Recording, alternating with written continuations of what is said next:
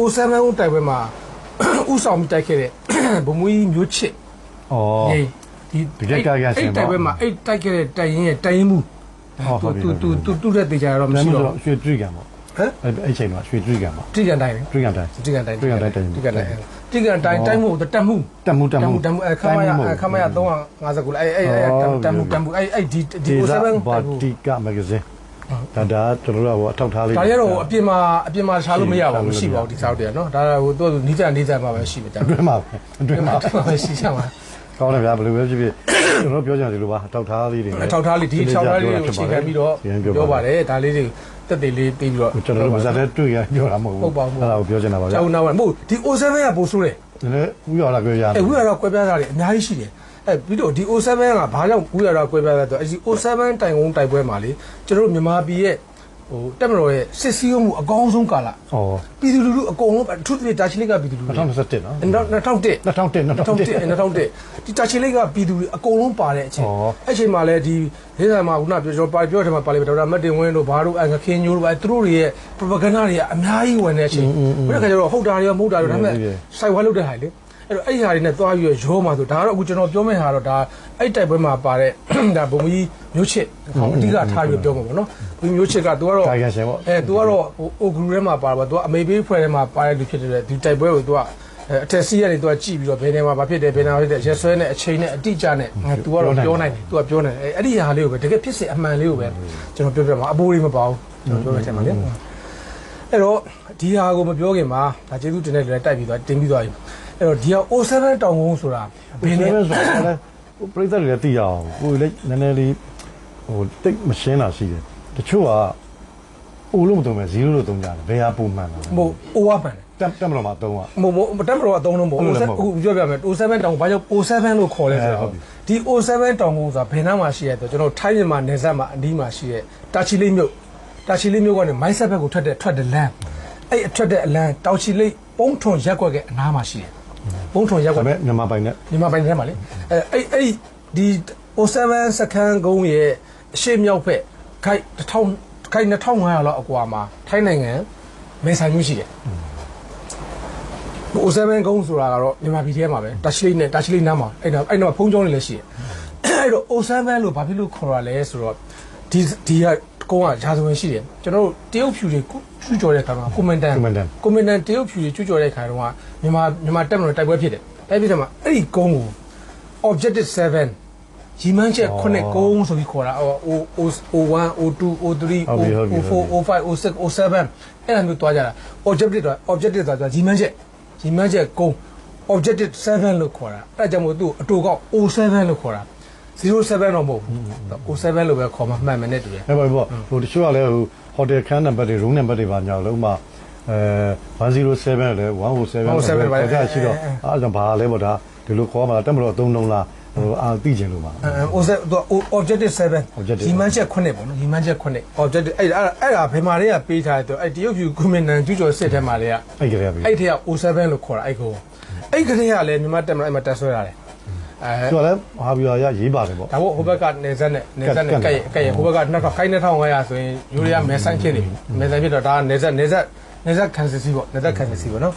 အဲ့ဒါကြောင့်မို့ O7 လို့ခေါ်တာအဲ့ O7 ဒီနေရာလေးသိရမယ်နောက်ပြီးတော့ O7 လို့ဘာကြောင့်ခေါ်လဲဆိုတာလေဒါတစ်ချက်ပေါ့နော်နောက်တော့ဒီ O7 အကြောင်းပြောမယ်ဆိုလို့ရှိရင်ဘာနဲ့သွားပြီးတော့ပြောရမလဲဆိုရင်ကျွန်တော်ဒါတော့အနှစ်ချုပ်လေးပေါ့ဟိုကအတူတော်လေးပေါ့ကျွန်တော်အခုကျွန်တော်ကွယ်လွန်သွားပါပြီဟိုကဥခွန်စာကြီး MTA ဥခွန်စာကြီးနဲ့ဒီဟာစပြီးပြောမှရတယ်ဥခွန်စာကြီးကဒီမှာမော်ထိုင်းအာမီဆိုပြီးတော့ဟိုမိန်းမှာသူကဌာနချုပ်ကြီးတွေကသူအဓိကတော့သူကဘိန်းနေပေါ့နော်အဲ့ဘိန်းနဲ့လို့တော့သူကဘိန်းကကဘာတောင်ကြော်တယ်ဘာလို့ကဘာကြော်လဲဆိုအဲ့ကြော်ရတဲ့အကြောင်းရင်းလဲ CIA ကနောက်ကထောက်ပံ့နေပါတယ် CIA ကြောင့်လဲသူက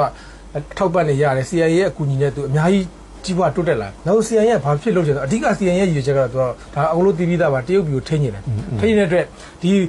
ဟိုခွန်စာကြီးကိုဥခွန်စာကြီးကိုဒီဟိုမိန်းမှာထားကြတော့သူအများကြီးထောက်ပံ့ပြီးတော့ဘိန်းရောက်ဝယ်လဲနောက်ကပံ့ပိုးပေးတယ်သူလည်းဟိုကြီးမားလာအောင်ပံ့ပိုးပေးရတာပေါ့နောက်ဆုံးဘယ်နည်းပြီလဲဆိုတော့အဲ့ဒီ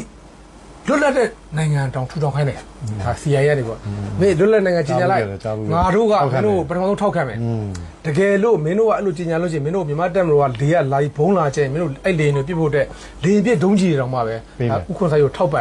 ့မယ်ဆိုတဲ့အနေအထားမျိုးဖြစ်လာအဲ့တော့ဥက္ကွန်စာဆိုတဲ့လူကလည်းသူကဘယ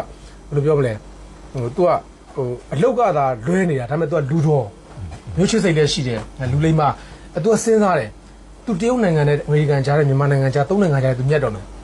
အဲ့တော့တရုတ်ကလည်းသူ့ကိုမြတ်တော့မယ်မြန်မာလည်းသူ့ကိုတွေ့တော့မယ်တရုတ်ကလည်းတွေ့တော့မယ်ဟိုမိုင်းထောင်ချီအဝေးမှာရှိနေတဲ့အမေရိကန်ရဲ့အကူအညီဘယ်လောက်စိတ်ချရမလဲသူစဉ်းစား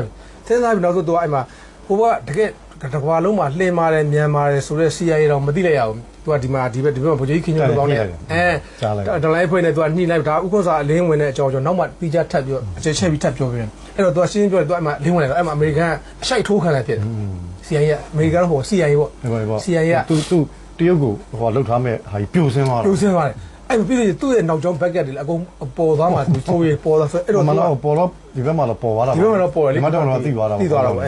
အဲ့တော့အဲ့မှာသူကဘသူ့ကိုပြန်ဆွဲလဲဆိုတော့အဲ့မှာအဲ့ဥက္ကွန်စာနဲ့သူနင်းငယ်လို့ပါလာတဲ့ရွက်စစ်ကိုလည်းသူကပြန်ပြီးတော့အဲ့မှာရွက်စစ်နဲ့အင်အား200လောက်ကိုသူကပြန်ပြီးစီးရုံးလိုက်တယ်ဘယ်လိုစီးရုံးလဲဆိုတော့ဥက္ကွန်စာကြီးကအဲ့ဒီအမေရိကန်မှာမွေးစီဝါတက်ရတယ်ဒေါ်လာတန်း200လောက်အကျွေးရဖို့ရှိတယ်ဟာဒေါ်လာတန်း200လောက်အကျွေးရဖို့အဲ့ဒေါ်လာတန်း200ရအောင်ငါတို့မင်းလုပ်ပေးမယ်ရအောင်လုပ်မင်းပေးမယ်မင်းမလိုက်သွားနဲ့ဆိုပြီးတော့ရွက်စစ်ကိုပြန်ပြီးတော့စီးရုံးတာရွက်စစ်ကလည်းအဲ့မှာအင်အား200လောက်နဲ့ပြန်ပြီးတော့တော့ပြန်ခိုးသွားတယ်ဒီဥက္ကွန်စာနဲ့သူပါလာပြီးတဲ့ခါကျမှဓာတ်နဲ့ချလက်နဲ့အဲ့တော့လေကိုလက်နဲ့ငင်းငယ်လဲတာတွေပါရှိတယ်လေစကလုံးအတုံးလုံးအစ်စ်လေအဲ့တော့တော့ဟာလဲငင်းငယ်လဲတယ်ဆိုစကလုံးအတုံးအစ်စ်ဝါရအစ်စ်လေးထွက်လာအဲ့ဒီဥက္ကွန်စာကြီးဟိုဆုံးသွားတာစောတာပေါ့ဒီချင်းတော့ရှိရင်ကျွန်တော်တို့တန်းနေရတွေကလေတန်းလောက်မြန်မာ nation voice ကြမ်းမဝင်တောင်းလိုက်ပါအလှခံပါဘောဟိုထောက်ပွဲလူမရှိဘူးလေ nation ဘက်ကစင်းရဲနေတာပါအဲ့လိုပြင်ဘောမမီဒီယာသာပြောတာပြောတာပြောတယ်တရားကလည်းမရပါဘူးသူကလည်းမပေးပါဘူးပေါ့သူကလည်းမထောက်ပံ့ပါဘူးဗျ monetization လည်းရှောက်လို့မရသေးပါဘူးဒါတော့ကြော်ညာဝင်တာပေါ့ကြော်ညာအလှခံဝင်တာပါအဲ့တော့အဲ့မှာဒီ justice ကြီးကကြံခဲ့တယ်ကြံပြီးတော့သူကအဲ့မှာ CIA ကသူ့ကိုဘယ်နေရာမှာနေရာချဆိုဒီထိုင်းမြန်မာနိုင်ငံဆက် border line တစ်လျှောက်ပါအဲ့ချိန်တော့ယူရီးယားလည်းသူကအမေရိကန်လူလေအဲ့တော့သူကလည်းဘောဖာထားတာပေါ့အဲ့တော့ဒီမှာ US နဲ့အဲ့မှာ Thai Temple နဲ့သူက close fit နော်ဒါထိုင်းဘက်ကတမိုင်းချောင်းလေးရဲ့အခြေအနေတစ်ပိုင်းနောက်တစ်ခါထိုင်းနိုင်ငံရဲ့အခြေအနေလည်းဘယ်လိုဖြစ်နေတော့ထိုင်းနိုင်ငံရဲ့အခြေအနေမှာအဲ့ချိန်မှာ Charlie Ban ကထိုင်းဝန်ကြီးချုပ် Charlie Ban ကရွေးကောက်ပွဲရှုံးသွားတယ်ရှုံးပြီးတော့ဘသူ့ကိုလွှဲရမှာလဲတက်ဆင်ကိုလွှဲရမှာအဲ့မှာတက်ဆင်တော့ပေါ်နေပြီတက်ဆင်အခုကျွန်တော်တို့အခုချတယ်ဟိုနဲ့ဟွန်ဆိုင်နဲ့ပြန်ချင်ဖြစ်လိုက်ပြန်ချင်ဖြစ်နေဘိုးတော်ကြီးနဲ့အဲ့တက်ဆင်ကသူကပထမဆုံးသူကဝန်ကြီးချုပ်ဖြစ်တော့မှာသူ့အာဏာလွှဲရတာမှာပြောကလာဖမ်းမဲ့လို့တော့အဲ့လိုလွှဲရမယ့်အချိန်မှာ Charlie Ban ကကျွန်တော်နဲ့အသိအဆင်မပြေဘူးဘာလို့အဆင်ပြေတော့အခုအဲ့တုန်းကဘာဖြစ်လဲဆိုတော့မြန်မာတက်မတော်ကလည်းဘာမြန်မာနိုင်ငံကလည်းဘာလို့သူ့ကိုအစာမကြည့်လဲ Charlie Ban ကိုအဆင်မပြေဖြစ်လဲဆိုတော့အဲ့တော့အကိုကြားလိုက်မယ်ကျွန်တော်တို့ God Army ဆိုပြီးတော့ဟိုဗာလဲလူသားထုလားဘာလားဝင်ကျုံတာလေပထမတစ်ခါမြန်မာတန်ရုံးဂျွန်နီတို့တင်ဂျွန်နီကင်းလာပါလူသားကင်းလာပဲဂျွန်နီပါလေကလေးလေးအဲ့ကောင်အလင်းနဲ့ကောင်ဦးစီးတဲ့ဒီ God Army ဆိုတဲ့ဟာကသူက